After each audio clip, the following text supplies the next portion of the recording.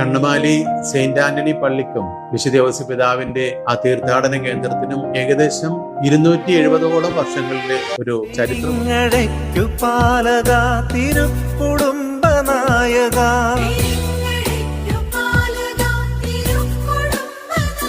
പിതാവിന്റെ ആ തിരുസ്വരൂപവും അതുമായി ബന്ധപ്പെട്ടിട്ടുള്ള നേർച്ച സദ്യ തുടങ്ങിയിട്ട് ഏകദേശം 120ഓളം വർഷങ്ങളായി. അതിന് കാരണമായിട്ട് ചരിത്രത്തിൽ പറയുന്നത് അക്കാലത്ത് നടന്ന വളരെ രൂക്ഷമായിട്ടുള്ള കടലാക്രമണവും അതിനോട് ചേർന്ന് വന്ന കോളറ അസുഖവുമായിരുന്നു. അതിൽ നിന്നെല്ലാം രക്ഷപ്പെടുവാനായിട്ട് ജനങ്ങളെല്ലാം ഔസേപ്പ് പിതാവിൽ അഭയം പ്രാപിക്കുകയും അന്ന് അവിടെ എല്ലാവരും ചേർന്ന് അവരൊരുക്കിയ ഭക്ഷണം കഴിക്കുകയും ചെയ്തതിന് ശേഷമാണ് ഒത്തിരിയേറെ പേർക്ക് സൗഖ്യം ലഭിക്കുകയും അവർ ആരോഗ്യത്തിലേക്ക് തിരിച്ചു വരികയും ചെയ്തു.